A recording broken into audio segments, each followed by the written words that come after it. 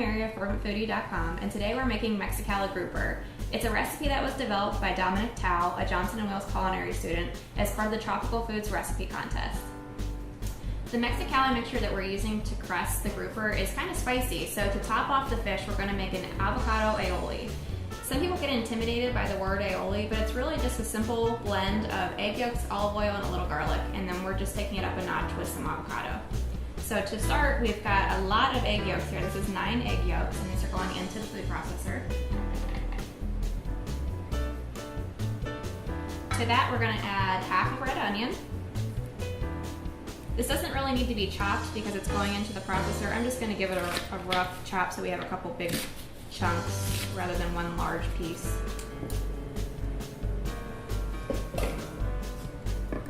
One whole avocado.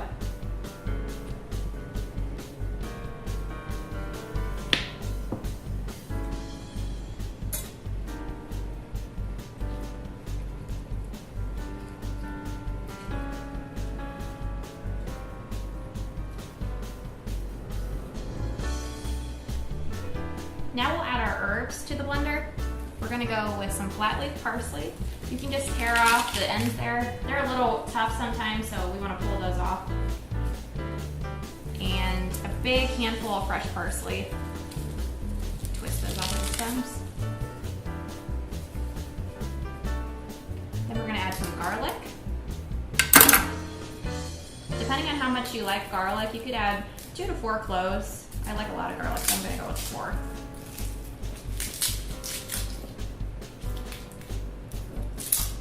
Want to peel each clove and toss it into the food processor.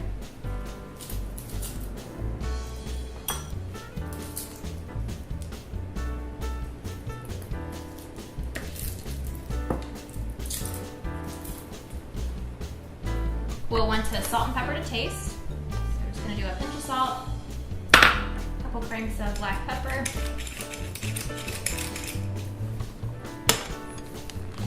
top on the food processor.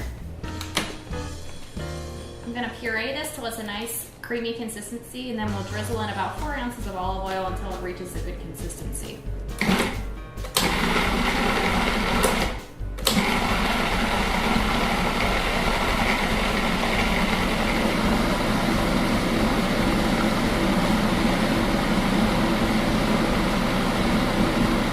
Now our aioli is ready for our fish. What makes this grouper recipe really good is the spicy Mexicali coating that we're using to crust the fish. It starts with about 2 cups of the Mexicali mixture. And to that we're going to add Old Bay, some onion powder, garlic powder, a little dried parsley, and some panko breadcrumbs. Once all the ingredients are in the food processor, we're going to pulse it a couple times until it has a coarse, crumbly texture.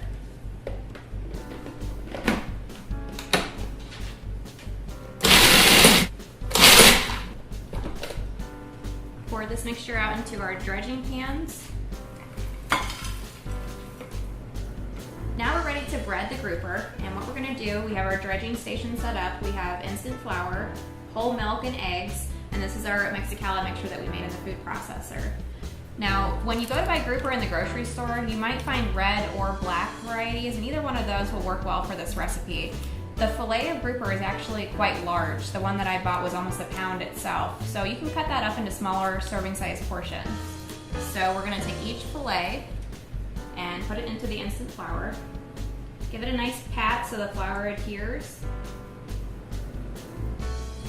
Shake off any excess, and from the instant flour into the whole milk and egg mixture.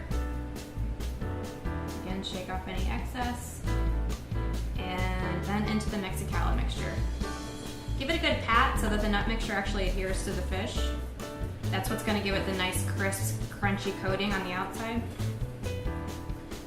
Now that the grouper is breaded, we're ready to sear it in the skillet. All we're going to do is heat up a little olive oil, and once it's hot, we'll sear the grouper on all sides, and then it can finish cooking in the oven.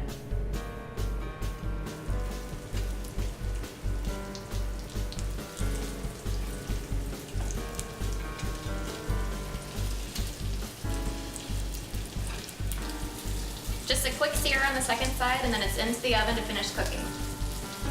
To go alongside our grouper, we're going to make some chard, and this is actually rainbow chard, and you can tell by looking at the stems and the color, the different colors of the stems.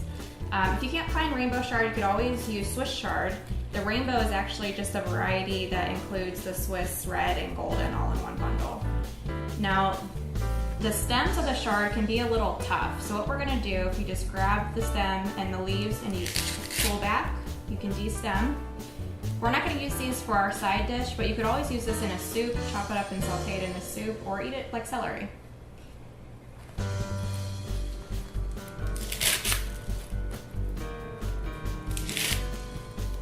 Once we've de-stemmed the chard, we want to line our leaves up, and we're just going to cut this into thick ribbons.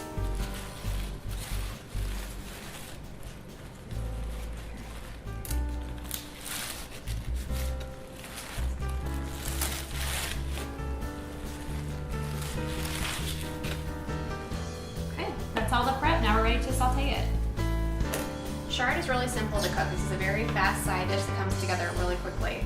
All we'll do is preheat some olive oil on the skillet. And once that's hot, we'll add our garlic and our chard, let it wilt, and it's ready to eat. The olive oil's hot, so now we'll add the garlic. I'm going to toss the garlic around, making sure that you don't burn it. Into the olive oil and garlic, we will add all of the chard.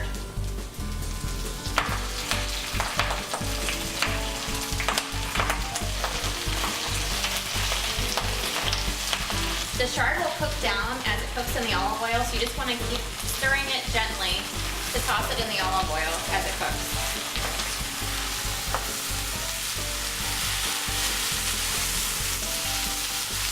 We have our spicy crusted grouper on top of our garlic wilted chard, and to cool things off just a little bit, we're going to top it with a dollop of our aioli.